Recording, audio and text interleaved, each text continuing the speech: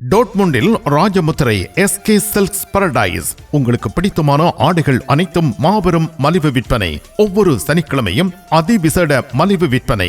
விஜயம் செய்யுங்கள் SK silks Paradise Dortmund. Tamil காட்சி ஊடகத்திற்கு நீங்கள் வழங்கி வருகின்ற ஆதரவுக்கு எமது நன்றியை தெரிவித்துக் கொள்கின்றோம்.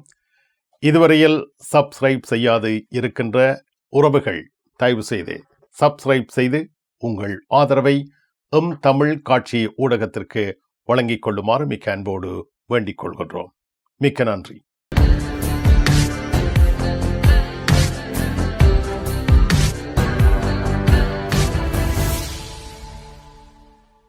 ஜெர்மனி செய்திகள். ஜெர்மனி நாட்டில் இருந்து வேலும் மயிலும் ராமகிருஷ்ணன் அவர்கள். தமிழ் உறவுகளே வணக்கம்.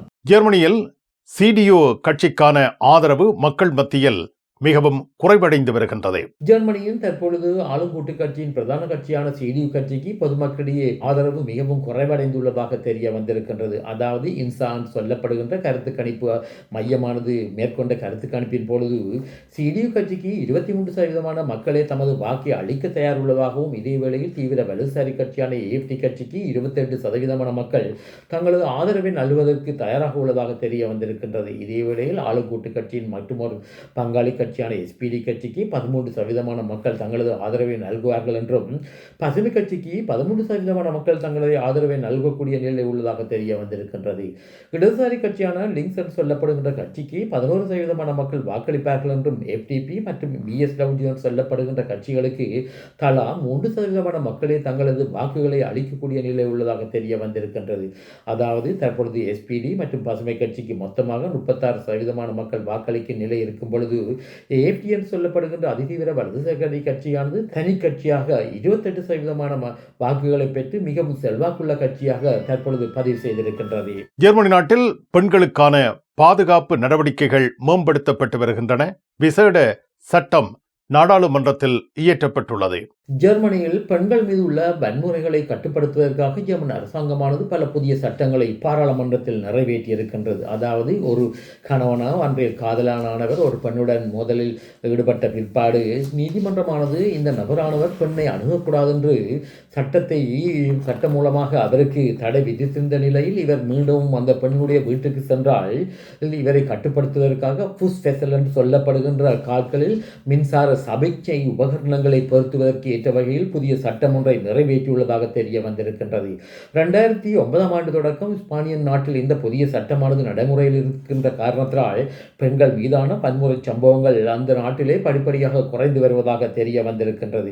இதே வேளையில் இந்த உத்தேச தீர்ப்பை மீறுகின்றவர்களுக்கு அதிக தண்டனையாக 3 வருடம் வரை சிறை தண்டனை விதிக்கக்கூடிய வகையில் புதிய சட்டம் ஒன்று உருவாக்கப்பட்டுள்ளதாக தெரிய வந்திருக்கின்றது. கடந்த ஆண்டில் பெண்கள் மீதான வன்முறை சம்பவமானது 1,71,069 பதிவு செய்யப்பட்டதாகவும், இதில் பெண்களே கூடுதலாக பாதிக்கப்பட்டதாகவும் தெரிய வந்திருக்கின்றது. ஜெர்மனியில் உங்கள் நண்பன் கோபரா ஞானம். நாகரிக நங்கிற்கும் ஆடவருக்கும் ஏற்ற நவீன ரக புடவைகளை ஜெர்மனியில் நாள்தோறும் அறிமுகம் செய்யும் கோபரா ஞானம் ஸ்தாபனத்தில் தரமான ஆடை திணுசுகளை எப்பொழுதும் மலிவு விலைகளில் பெற்றுக் கொள்ளலாம் என்பதை மறந்து விடாதீர்கள். கோபரா ஞானம் டோட்முண்ட். ஜெர்மனி நாட்டில் மின்சார கார்கள் வாங்குவதற்கு அரசாங்கம் 6,000 யூரோ வரை உதவி புரிகின்றது. ஜெர்மன் அரசாங்கமானது தமது நிறுவனம் ஒன்றில் வேலை செய்கின்ற ஒரு தொழிலாளிக்கு அந்த நிறுவனத்துடைய உரிமையாளர்கள் ஊக்குவிப்பு பணமாக 1000 யூரோக்களை வழங்குவதற்கு பாராளுமன்றத்தில் சட்டம் ஒன்றை இயற்றியிருந்த நிலையில் தற்பொழுது புண்டஸ்ராட் சொல்லப்படுகின்ற ஜெர்மனியின் பாராளுமன்ற மேல் சபையானது இந்த சட்டத்திற்கு தனது அங்கீகாரத்தை வழங்கவில்லை என்று தெரிய வந்திருக்கின்றது. இதன் காரணத்தினால் தற்பொழுது ஜெர்மன் அரசாங்கத்தின் கூட்டு கட்சிகளான CDU SPD கட்சி இது சம்பந்தமாக ஆலோசித்து இந்த திட்டத்திற்கு மாற்றீடான ஒரு புதிய திட்டத்தை முன்வைக்க உள்ளதாக தெரிய வந்திருக்கின்றது. இது இவ்வாறு இருக்க மின்சாரத்தில் ஓடுகின்ற வாகனத்தை பாவனையாளர்கள் வாங்குவதை ஊக்குவிப்பதற்காக அதிக தொகையாக ஜெர்மன் அரசாங்கமானது 6,000 யூரோக்களை நிதியுதவியாக வழங்க உள்ளதாக தெரிய வந்திருக்கின்றது. அதாவது பாராளுமன்றத்தில் இயற்றப்பட்ட இந்த சட்டத்திற்கு புண்டஸ்ராட் என்று சொல்லப்படுகின்ற பாராளுமன்ற மேல் சபையானது தனது அங்கீகாரத்தை வழங்கியுள்ளதாக தெரிய வந்திருக்கின்றது. உத்தேச புதிய சட்டத்தின் அடிப்படையில் 60,000 யூரோக்களுக்கு மேல் வருமானத்தை வருடாந்தம் கொண்டவர்களுக்கு இந்த ஊக்குவிப்பு பணமாக வாகனத்தை வாங்கும் பொழுது 3,000 யூரோக்கள் வழங்கப்படும் வழங்கப்படும் என்றும், குழந்தை பிள்ளைகள் இருக்கும் பொழுது 2 குழந்தைகளுக்கு மொத்தமாக தலா 500 யூரோக்களின்படி 1000 யூரோக்கள் வழங்கப்படும் என்றும், 60,000 யூரோக்கள் வரை வருமானம் கொண்டவர்களுக்கு, வருடாந்தம் கொண்டவர்களுக்கு 4000 யூரோக்கள் ஒப்புவிப்பு பணமாகவும், இதே வேளையில் ஒரு குழந்தைக்கு தலா 500 யூரோக்களின்படி 2 குழந்தைகளுக்கு 1000 யூரோக்கள் வழங்கப்படும் என்றும் தெரிய வந்திருக்கின்றது. இதே வேளையில் வருடாந்தம் 45,000 யூரோக்களை வருமானமாக கொண்டவர்களுக்கு 5000 யூரோக்கள் வரை ஊக்குவிப்பு பணம் வழங்கப்படும் என்றும், ஒரு குழந்தைக்கு தலா 500 யூரோக்களின்படி 2 குழந்தைகளுக்கு 1000 யூரோக்களாக மொத்தம் 6000 யூரோக்கள் வரை வழங்கப்படும் என்றும் தெரிய வந்திருக்கின்றது. கடந்த காலத்தில் ஜெர்மன் அரசாங்கத்தின் வர்த்தக மந்திரியாக இருந்த ரோபர்ட் ஹாபர்க் அவர்கள் பொருளாதார நெருக்கடியின் காரணமாக இந்த புதிய திட்டத்தை இடைநிறுத்தி வைத்திருந்தார் என்பதும் குறிப்பிடத்தக்கதாகும். அதாவது மின்சாரத்தில் ஓடுகின்ற வாகனத்தை வாங்குவோருடைய எண்ணிக்கையானது படிப்படியாக குறைவடைந்து வருவதாக அரசாங்கமானது இப்புதிய திட்டத்தை தற்பொழுது அறிமுகப்படுத்தியுள்ளதாக தெரிய வந்திருக்கின்றது. இனி உலக செய்திகள். ரஷ்ய அதிபர் புட்டின் உக்ரைன் நாட்டு அதிபர் செலன்ஸ்கியுடன் பேச்சுவார்த்தை ஒன்றை ஆரம்பிக்கப் போவதாக நேற்று தினம் மாஸ்கோவில் தெரிவித்ததாக பத்திரிகை செய்தியாக பிரசுரிக்கப்பட்டிருக்கின்றது. அதாவது 2வது உலக மகா யுத்தத்தின் பொழுது ரஷ்யா ஜெர்மனியை வெற்றி கொண்டதனுடைய நினைவு நாளை அனுசரித்த புட்டின் அவர்கள் இம்முறை இராணுவ அணிவகுப்பு மரியாதை ஒன்றையும் மேற்கொள்ளவில்லை என்றும் தெரிய வந்திருக்கின்றது. அதாவது உக்ரைனுடைய அரச படைகள் நீண்ட தூரம் செல்லுகின்ற ஏவுகணைகளை கொண்டு தாக்குதலை மேற்கொள்ளலாம் என்ற அச்சத்தின் காரணமாக புட்டினானவர் இவ்வகையான இராணுவ அணிவகுப்பு விடயத்தை ரத்து செய்ததாக தெரிய வந்திருக்கின்றது. இது இவ்வாறு இருக்க, இவ்வகையான சமாதான பேச்சுவார்த்தைக்கு ஜெர்மன் நாட்டுடைய முன்னாள் அதிபர் சுரிடர் அவர்கள் மேற்பார்வையாக ஈடுபட வேண்டும் என்றும் அவர் தனது விருப்பத்தை தெரிவித்ததாகவும், இதே வேளையில் இவ்வகையான பேச்சுவார்த்தை ஒன்றை செலன்ஸ்கி அவர்கள் மேற்கொள்ள விரும்பினால் அவர் மாஸ்கோவிற்கு வந்து நேரடியான முறையில் இந்த பேச்சுவார்த்தைகளை மேற்கொள்ள வேண்டும் என்றும் அவர் சுட்டிக்காட்டியதாக தெரிய வந்திருக்கின்றது. இதே வேளையில் மேற்கு நாட்டில் போர் வல்லுநர்களுடைய கருத்து கணிப்பின் பிரகாரம் ரஷ்ய அதிபர் புட்டின் அவர்கள் மிகவும் தள்ளாடும் நிலையில் தற்பொழுது இருப்பதாகவும், ரஷ்யாவிலே ஆட்சி மாற்றம் ஒன்று வரக்கூடிய சூழ்நிலை படிப்படியாக ஏற்பட்டு வருவதாக தெரிய வந்திருக்கின்றது. ரஷ்யாவுக்கும் உக்ரைனுக்கும் இடையில் ஏற்பட்ட போர் 2022ஆம் ஆண்டு ஏற்பட்டிருந்த நிலையில் பல லட்சக்கணக்கான துருப்புக்களை ரஷ்யாவானது இழந்துள்ள நிலையில் தற்பொழுது ரஷ்ய இராணுவம் மிகவும் பலவீனமான நிலையில் உள்ளதாக தெரிய வந்திருக்கின்றது.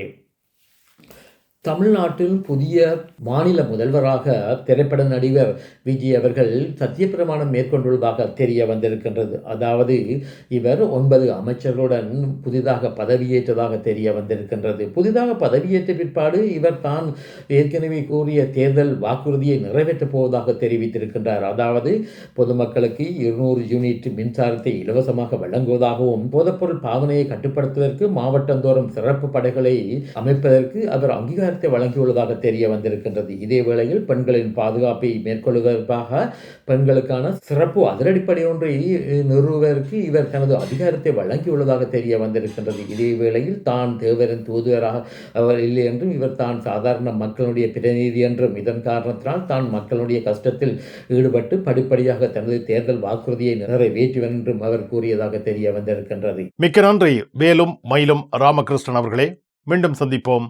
வணக்கம். அதெல்லாம் இருக்கட்டுமாப்பா, வீட்டு டிடி பாக்ஸ் இருக்கோ என்ன இல்லையோ? எனக்கு விசாக்கு முதல் டிடி பாக்ஸ் இருக்கும் இல்ல? சரி, ஓகே, பாய். நைட் எடுக்கிறேன் என்ன? சரியா? இங்க என்னடா வாங்கி விற்கிறாராம்? என்னப்பா உலகம் டிடி பாக்ஸ் எல்லாம் இருந்திருக்கு? இல்ல, அவர் என்னன்னு சொன்னா ஃபுட் சிட்டி வச்சுக்கிறாரு தானே, இப்ப கொஞ்சம் பிஸியா இருப்பார். அவர் வீட்டை டிவியும் பாக்குறீல, அப்ப இப்ப நான் போறேன் தானே, இப்ப வாங்கி விற்பேன். மறந்துடாதீங்கோ, நீங்களும் வீட்டுல டிடி பாக்ஸ் வாங்கி வைங்க. தமிழ் தொலைக்காட்சிகளின் நிகழ்ச்சிகளை தங்கள் இல்லங்களுக்கு எடுத்து வருவதில் முன்னணி வகிப்பது டிடி பாக்ஸ். நீங்கள் விரும்பும் தொலைக்காட்சி நிகழ்ச்சிகளை இலகுவாக பார்த்து மகிழ DD box.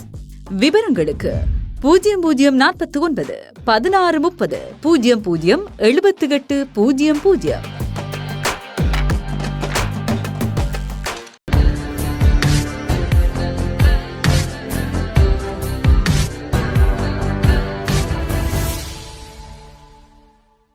டோட்முண்டில் Rajamuthirai SK silks Paradise. உங்களுக்கு பிடித்தமான ஆடைகள் அனைத்தும் மாபெரும் மலிவு விற்பனை. ஒவ்வொரு சனிக்கிழமையும் அதிவிசேட மலிவு விற்பனை. விஜயம் செய்யுங்கள் SK சில்க்ஸ் பாரடைஸ் டோட்முண்ட்.